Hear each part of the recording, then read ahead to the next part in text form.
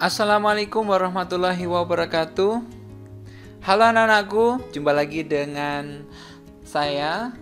Nah, pada kesempatan kali ini kita kembali lagi berjumpa pada mata pelajaran simulasi dan komunikasi digital atau Simkomdik.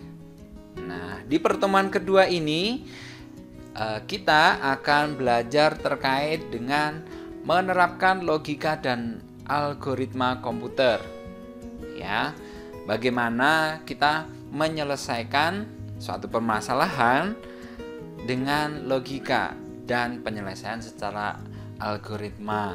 Karena tentunya kita sebagai bagian keluarga besar teknik, ya, itu harus kita kedepankan logika untuk penyelesaian setiap permasalahan yang ada di kehidupan perteknikan tentunya, ya.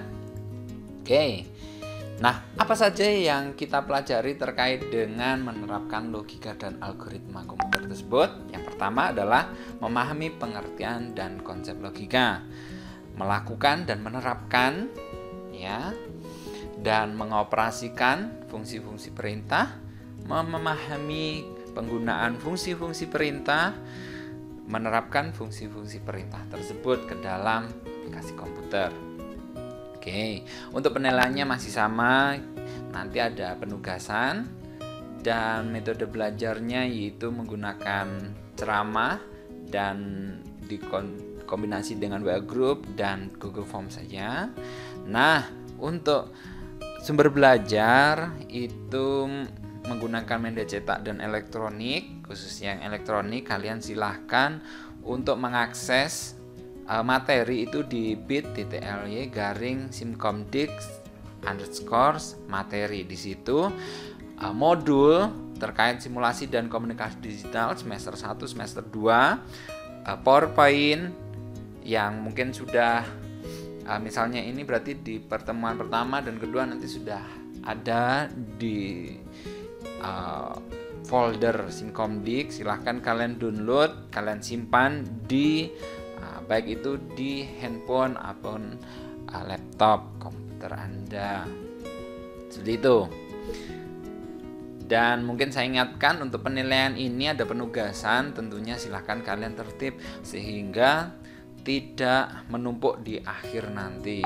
Dan tentunya yang mengirim lebih awal akan mendapatkan nilai yang lebih tinggi, lebih baik, sehingga nanti ketika akan membantu ketika saat UTS maupun UAS nanti. Oke.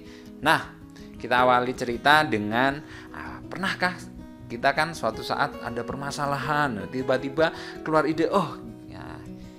Nah, seperti gambar dari ilustrator yang ada di layar ini kan, ada persoalan, keluarlah ide. Nah, itu adalah anugerah yang diberikan kepada kita yang berupa logika, yang berupa yang diproses di otak kita. Nah, oke, yaitu kecakapan untuk berpikir secara lurus, tepat dan teratur. Kita menyelesaikan permasalahan itu ya lebih baik ya menggunakan logika. Bagaimana permasalahan ini, sumbernya dari mana, permasalahan mana, kira-kira ini tepat atau tidak. Nah, seperti itu. Sehingga penerapannya itu digunakan secara luas di bidang komputerisasi tentunya, ya.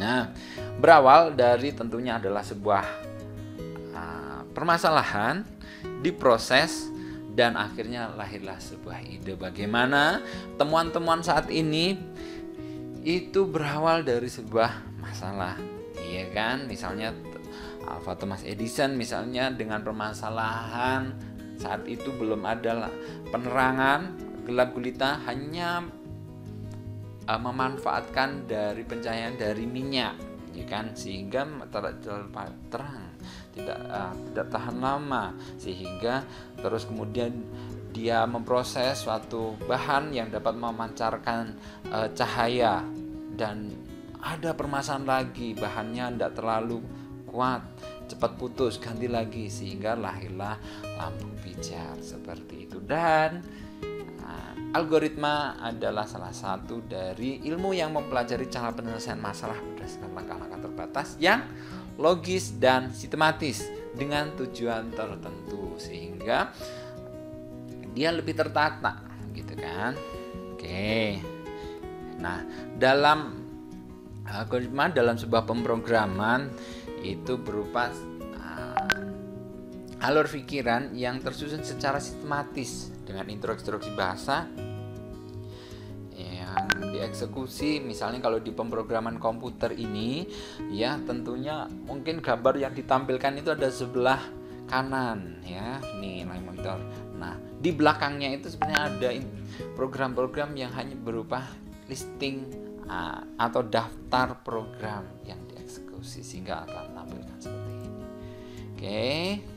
Nah, terkait dengan macam-macam bahasa pemrograman, ya kita sedikit tahu. Mungkin ini yang jurusan multimedia dan teknik komputer mungkin akan lebih dalam, tapi kita yang di luar itu mungkin sekedar mengetahui bahwa ada program bahasa pemrograman komputer, yaitu C++, ada C++, ada Java. Mungkin kalian tidak terlalu paham, mungkin tidak terlalu familiar, tapi mungkin bagi saya, generasi saya itu Java itu populer ya.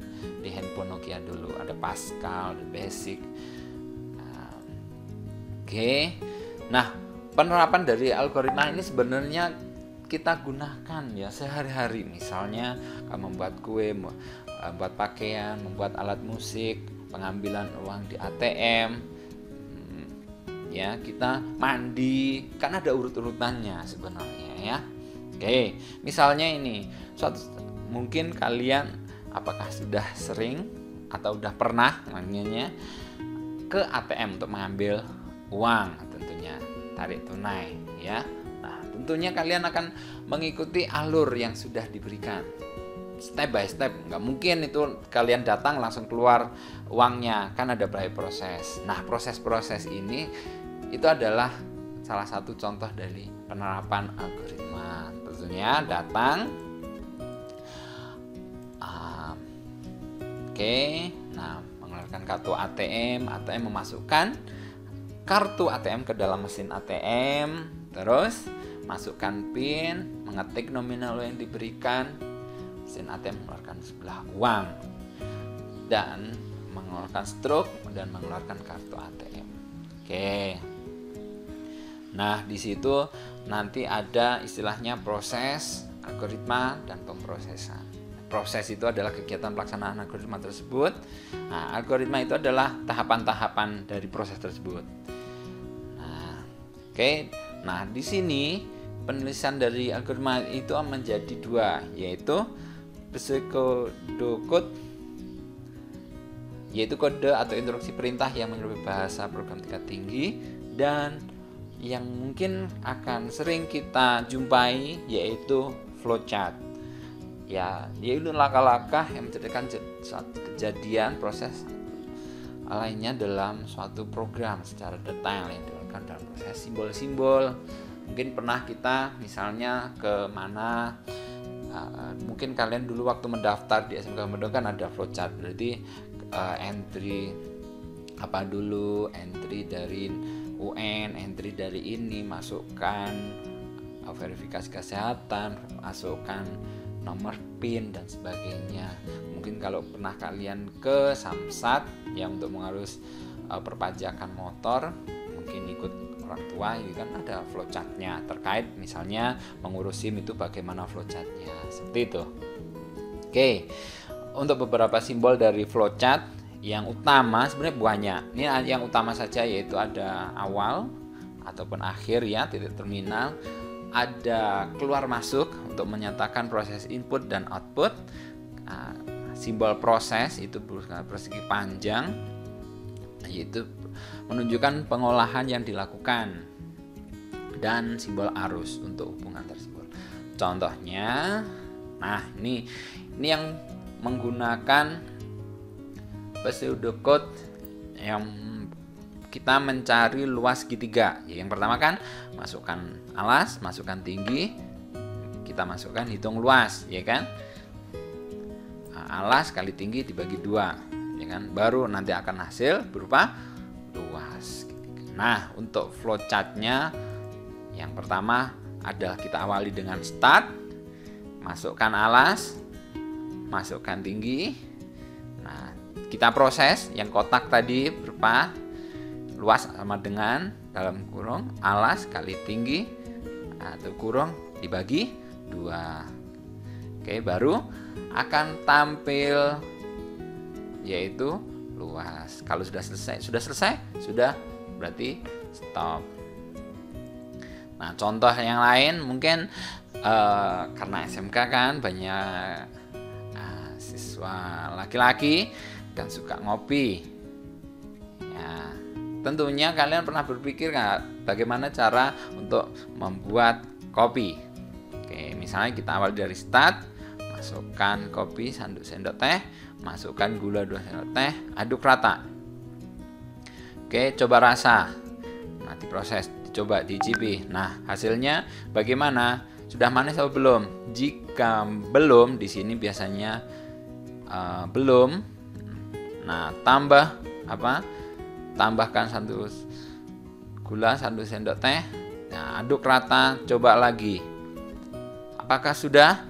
Jika sudah, kopi siap disajikan, selesai. Jika belum, balik lagi proses. Tambah 1 sendok teh, diaduk rata, coba hasilnya bagaimana. Seperti itu ya. Oke, mungkin pelajaran kita terkait dengan logika dan algoritma sudah selesai. Nah, kalian silahkan untuk melakukan pendalaman materi dengan mengerjakan tugas yang telah disediakan di link. Kalian silahkan membuat flowchart terkait dengan kegiatan. Ya, nanti mungkin apa yang harus dibuat flowchart, nah itu ada di link yang telah diberikan oleh Bapak Ibu guru. Nah, semoga bermanfaat dan tentunya tetap semangat untuk belajar dan silahkan untuk mengerjakan pendalaman materinya. Akhir kata dari saya, Assalamualaikum warahmatullahi wabarakatuh. Terima kasih.